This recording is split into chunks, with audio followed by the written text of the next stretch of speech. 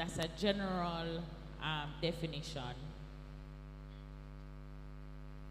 Popular culture, however, speaks to contemporary culture, everything that has been displayed throughout the 20th and the 21st century is what is known as popular culture.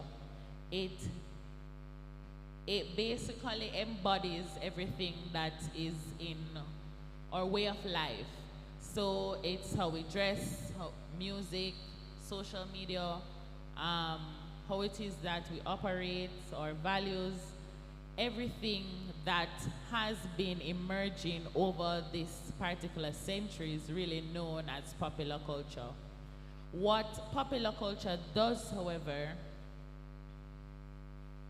it promotes secularism, it promotes popularism, it promotes things that are acceptable. So just to break it down, popular culture also involves the new age, where, you know, there are certain things that the society, social media pushes at us that seems to be of God, or seems to be, as she said, the right way, but really it isn't.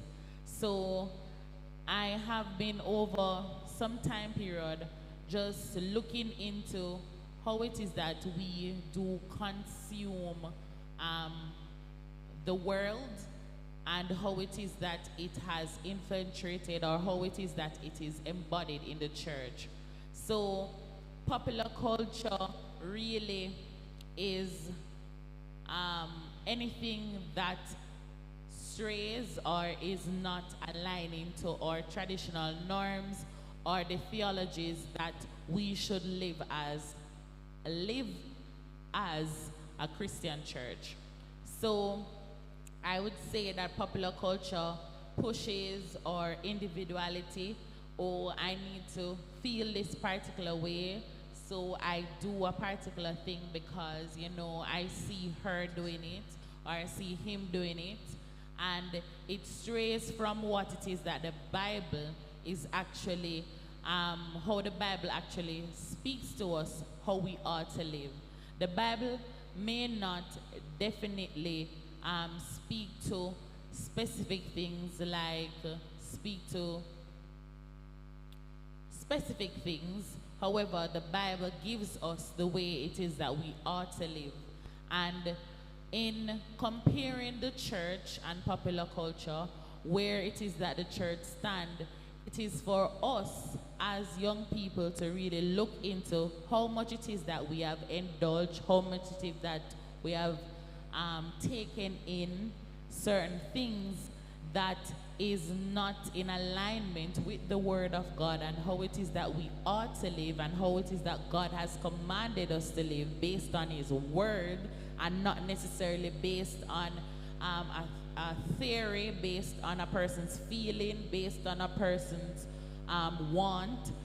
But we need to look at how it is that we have, I'm trying to go around it, but I can't go around it, how we have slacked our riding, how it is that we have brought in things that would have necessarily edified us spiritually, but would have caused us to really lose focus on these things. So to pinpoint popular culture in terms of music, we have taken on, we know that there is gospel dancehall, right? Or dancehall gospel, reggae gospel. We know there is rap gospel. We know that there are different genres. But if we are supposed to be very keen on the things that we're listening, not because it says gospel, means that it's something that we need to indulge in. Because I can recall there is a particular artist that I won't name, but this artist put out a gospel song. He's a gospel artist. They put out a gospel song.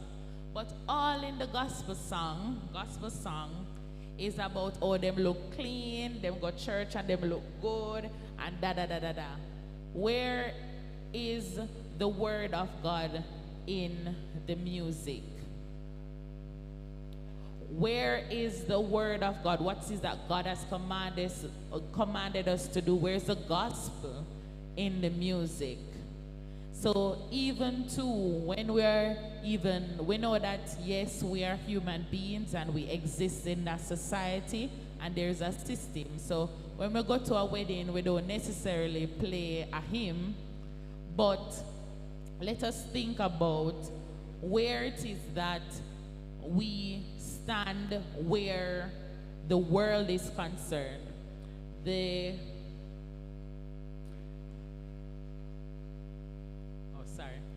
So I was distracted. So we need to think about what it is that we're consuming and how it affects us.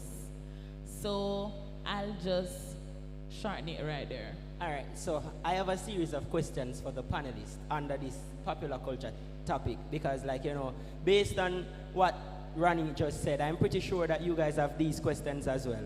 So, firstly, each person is going to take a chance and answer the questions, yeah?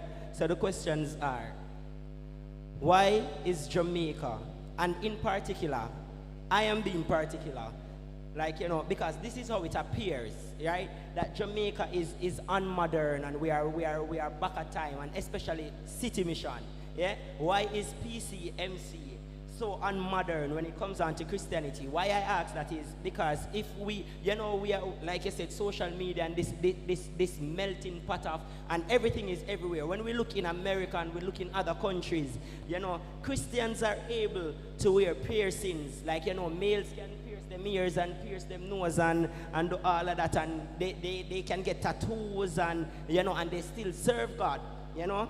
They still serve God. Like, I'm pretty sure that a lot of us love Maverick City and we love Elevation and we love Hillsong and we love all of these people, and they sing wonderful gospel music with Kobal. This is the Nelson. She come and she sing God will work it out, a for them song, and like the songs are anointed and all of these things. So this is happening in America, you know. In a Jamaica you can't even wear a pants as a female. So there is that.